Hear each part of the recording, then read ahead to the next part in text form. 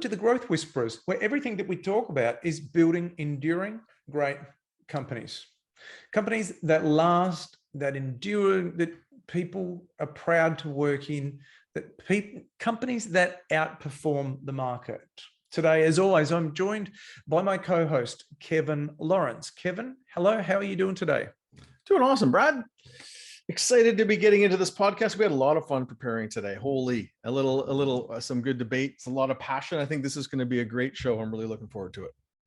It is. It was a great chat before. It was almost like a bit of an English lesson. Like we were picking the definition of words. It's going to be really interesting.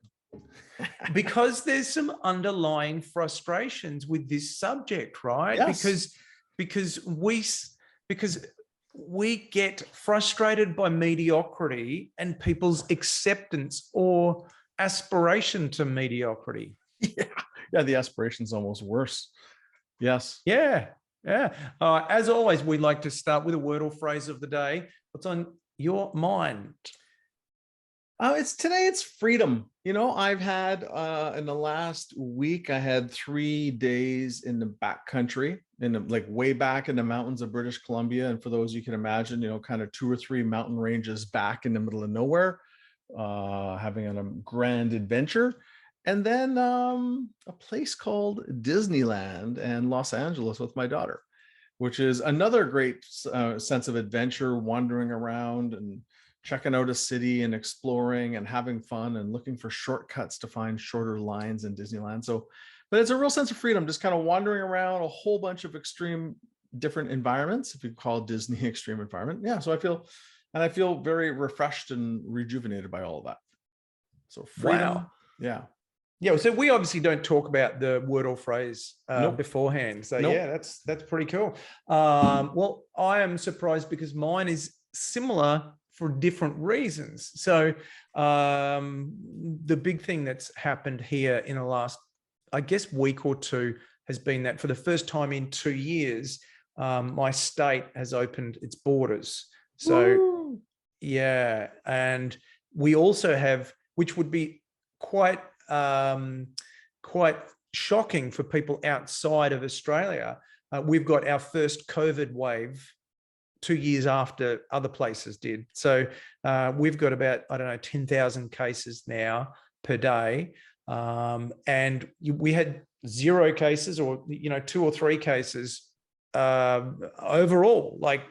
We had an absolutely closed economy. So it's really quite, in terms of freedom, it's really quite unusual to be having people flying places now, people coming in. I've had people come from England and people coming from America for workshops at the moment. And it's all really very weird to have that new freedom.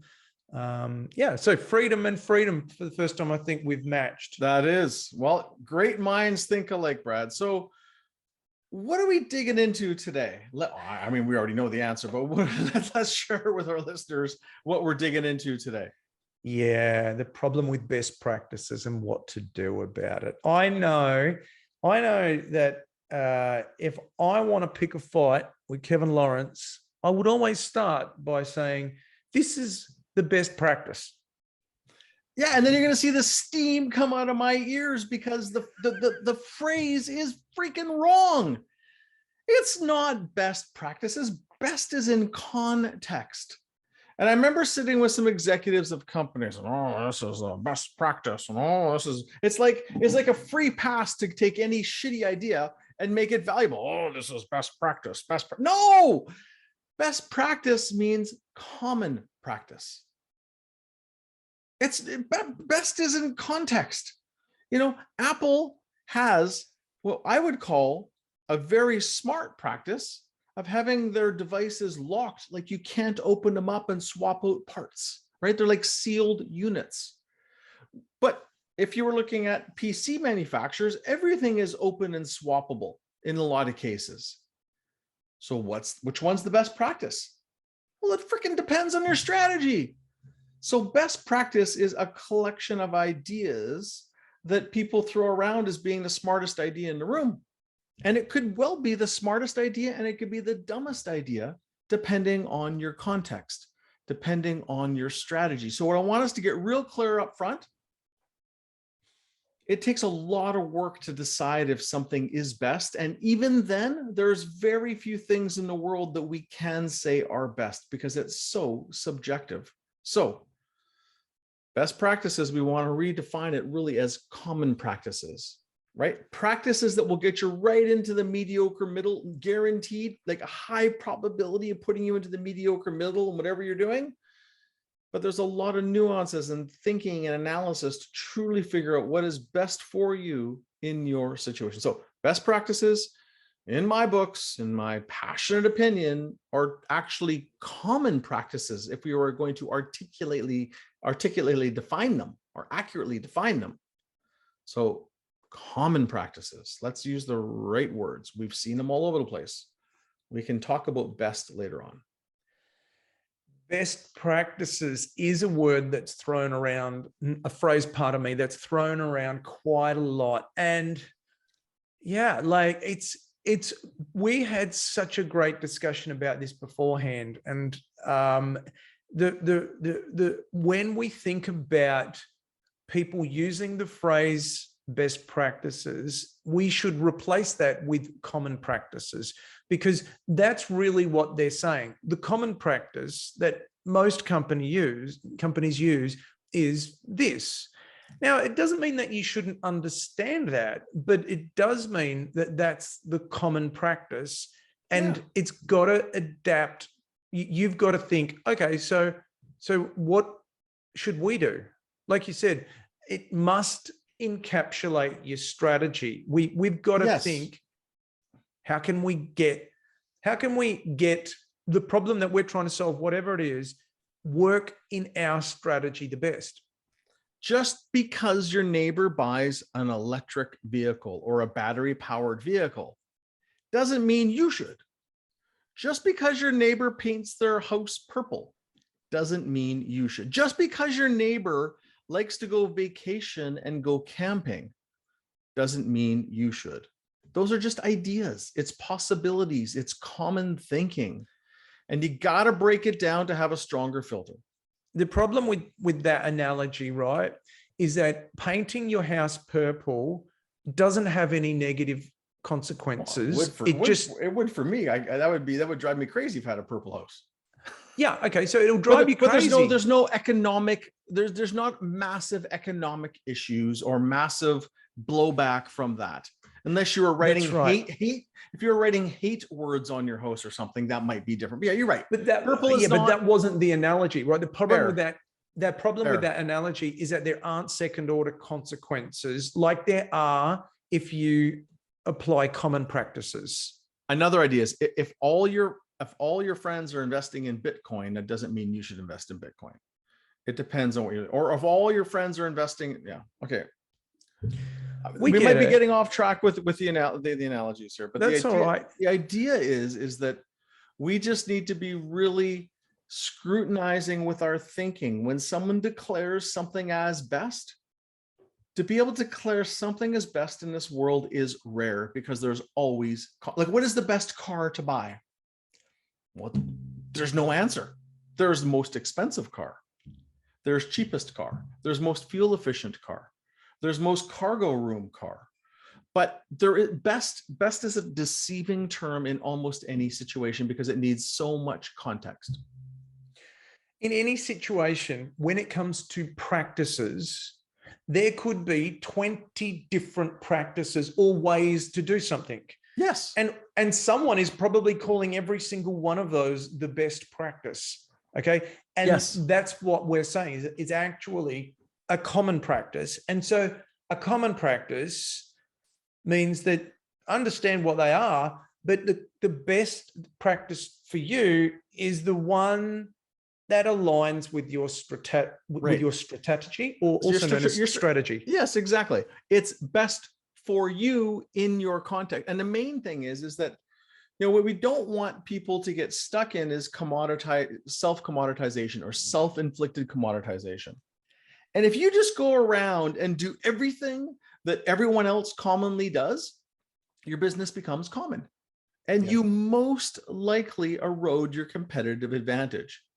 Because if you're doing all the same things that your competitors do, you're going to be just like your competitor, and it's going to be same, same, same.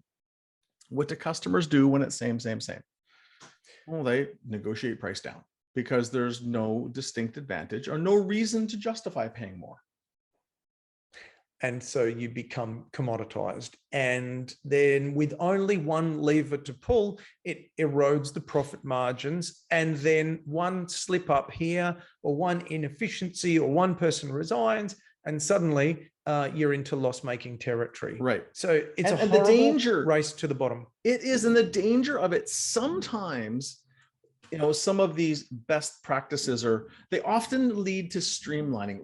Often, like streamlining your operations, rarely do they lead to things that grow your business or improve your competitive advantage by nature of the thinking. They're generally more operational. But the challenge also is that you start to get lost in chasing and following other people. I'm a big fan of going and studying what other people are doing to learn and get ideas, right? Success leaves clues and it leaves options. So it's good to do, but if you do too much of that, again, you're going to be following other people, and that might not be the right thing to do. So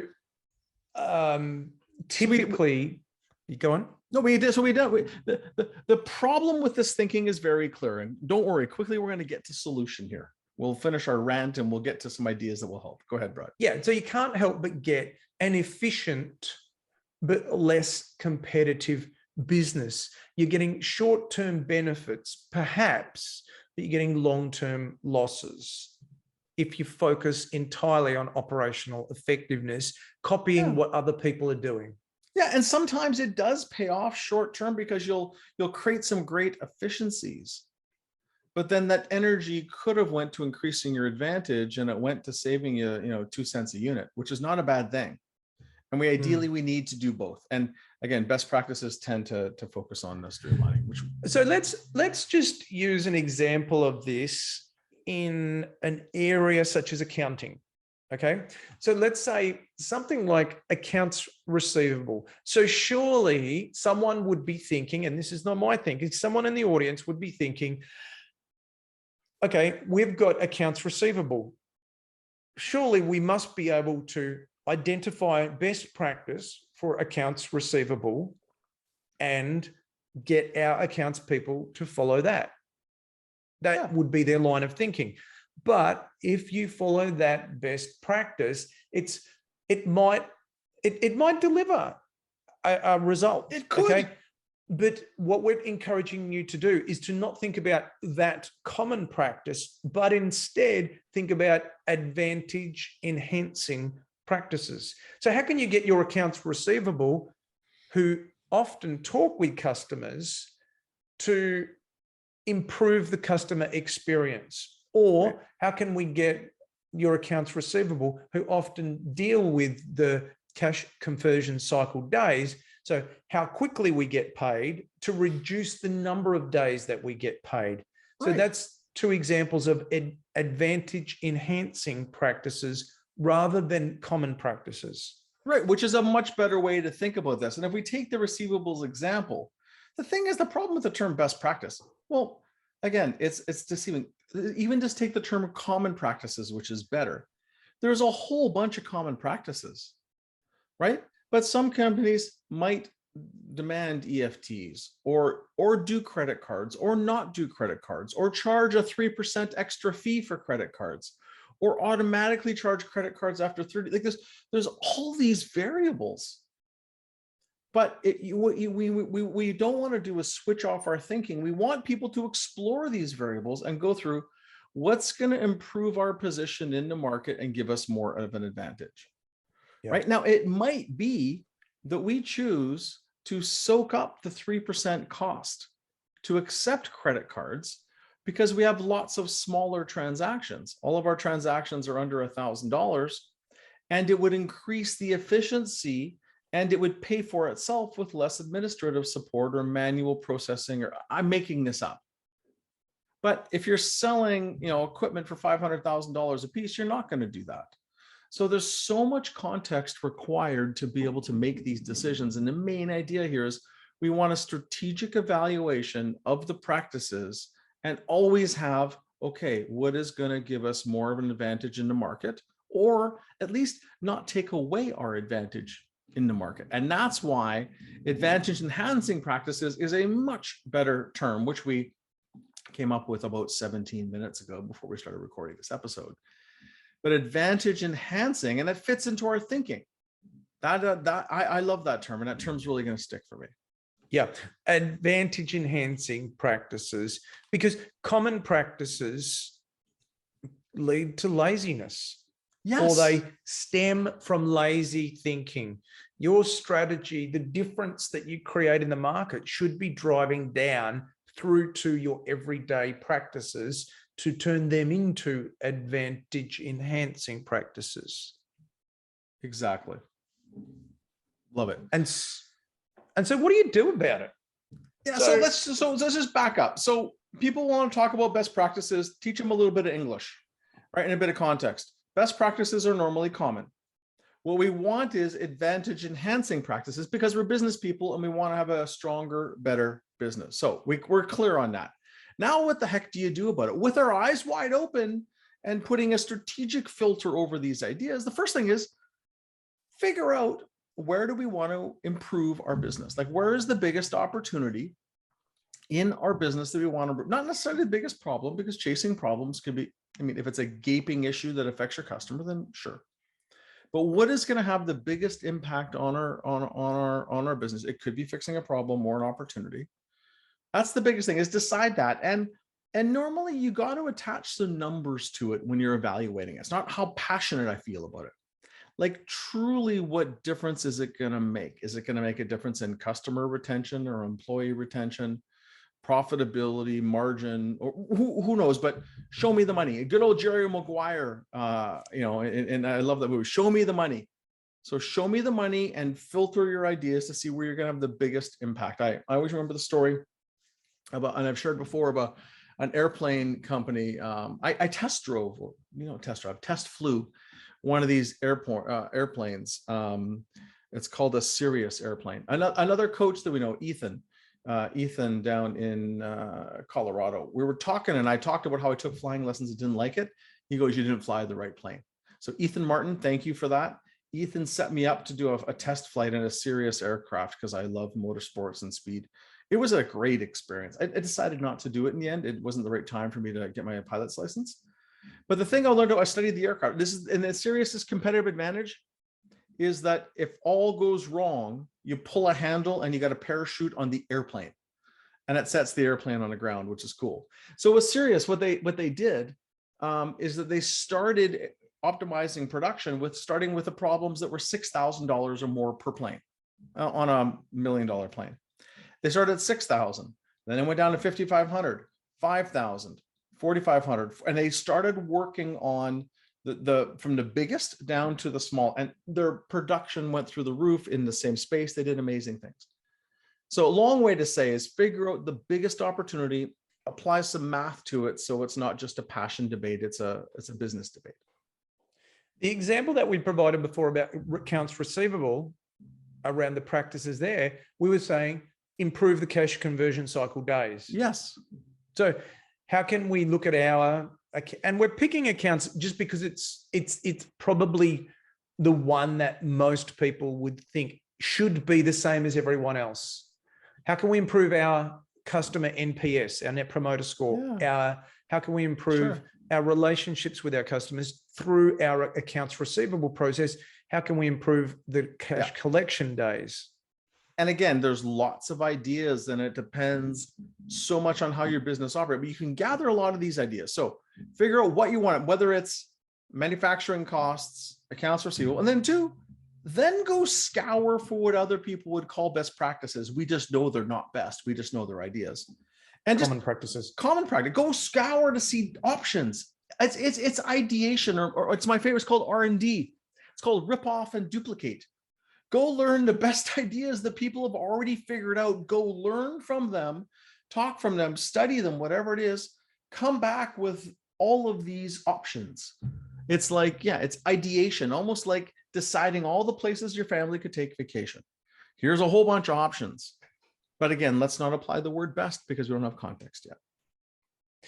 So in order to answer the question, what do we do about it? Okay, we understand common practices is mislabeled as best practices. What we want is advantage enhancing practices. Yeah. So what do we do about it? We've got a few steps that you can follow here. So the first one is decide the area of your business where the biggest opportunity is. Like start with the beginning, and think of the practices that we have. Where could we focus with the lens of advantage enhancing? How could we improve that? So we got that. And then we go and scour the market to get a whole bunch of ideas to choose. And then the third thing is filtering them. Filter them based on what we know is thinking of our core customer, what we take a stand for delivering to our customer, thinking about our employees, what we stand for creating as an opportunity for our employees. And of those, which ones will help to enhance or at least not detract most from our competitive advantage?